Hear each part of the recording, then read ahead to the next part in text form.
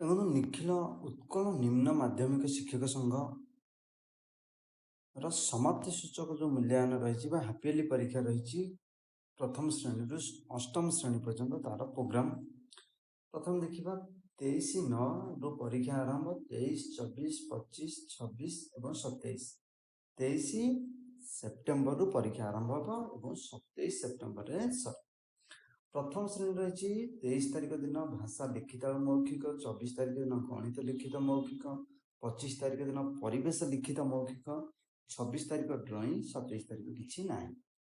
ଦ୍ୱିତୀୟ ଶ୍ରେଣୀ ଦେଖିବାକୁ ଯଦି 23 ତାରିଖ ଦିନ ଭାଷା ଲିଖିତ ମୌଖିକ, 24 ତାରିଖ ଦିନ ଗଣିତ ଲିଖିତ ମୌଖିକ, 25 ତାରିଖ ଦିନ ଲିଖିତ ମୌଖିକ ପରିବେଶ, 26 ତାରିଖ ଦିନ ଡ୍ରଇଂ, 27 ତାରିଖ ଦିନ ନାହିଁ। ତୃତୀୟର ଯଦି ଦେଖିବା 23 ତାରିଖ ଦିନ ଭାଷା ଲିଖିତ ମୌଖିକ, 24 ତାରିଖ ଦିନ ଗଣିତ ଲିଖିତ ମୌଖିକ, 25 ତାରିଖ ଦିନ ସାମାଜିକ ଲିଖିତ ମୌଖିକ, 26 ତାରିଖ ଦିନ ବିଜ୍ଞାନ ଲିଖିତ ମୌଖିକ ଏବଂ 27 ତାରିଖ ଦିନ ଇଂରାଜୀ ଲିଖିତ ମୌଖିକ ତା ସହିତ ଡ୍ରଇଂ, ଦୁଇଟା ଶିଫ୍ଟ ଅଛି।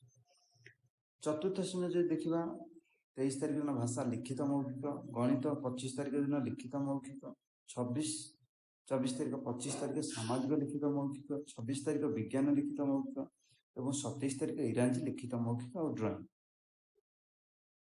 ପଞ୍ଚମ ଯଦି ଦେଖିବା 23 ତାରିଖ ଦିନ ଭାଷା ଲିଖିତ ମୌଖିକ, 24 ତାରିଖ ଦିନ ଗଣିତ ଲିଖିତ ମୌଖିକ, 25 ତାରିଖ ଦିନ ସାମାଜିକ ଲିଖିତ ମୌଖିକ, 26 ତାରିଖ ଦିନ ବିଜ୍ଞାନ ଲିଖିତ ମୌଖିକ, 27 ତାରିଖ ଦିନ ଇଂରାଜୀ ଲିଖିତ ମୌଖିକ ଆଉ ଡ୍ରଇଂ।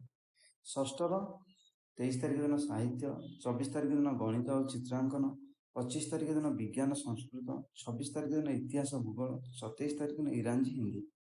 ସପ୍ତମର 23 ତାରିଖ ସାହିତ୍ୟ, 24 ତାରିଖ ଗଣିତ ଚିତ୍ରାଙ୍କନ, 25 ତାରିଖ ବିଜ୍ଞାନ ସଂସ୍କୃତ, 26 ତାରିଖ ଇତିହାସ ଭୂଗୋଳ, 27 ତାରିଖ ଇଂରାଜୀ ହିନ୍ଦୀ।